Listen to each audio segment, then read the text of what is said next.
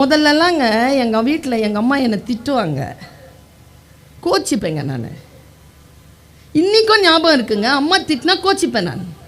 ஆனால் ஒரு நாள் எங்கள் அம்மா என்னை சமாதானப்படுத்தினது இல்லைங்க. சாப்பிடாம இருப்பேங்க 3 வேளை, புள்ள பசிக்குமே, செஞ்ச தப்ப உணர்ந்து திருந்துட்டோன்னு கல்லை வச்சுட்டு உட்காந்துருக்கோம் எங்கள் அம்மா.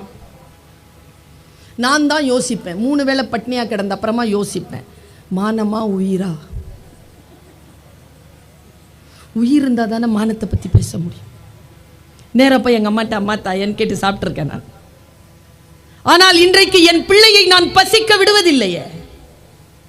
அது கோபித்து கொள்ளுமோ? அது சிறு வார்த்தையிலே காயப்பட்டு போகுமோ? அது என்னை தவறாக புரிந்து கொண்டு வேறு எதையேனும் பெரிதாக நினைத்து கொண்டு போய்விடுமோ என்கின்ற பதட்டம் இன்றைக்கு பெரியோர்களிடத்தில் ஒட்டி கொண்டிருக்கிறது. இன்னைக்கு நான் சொல்றேன், நாம எல்லாம் அம்மா அப்பா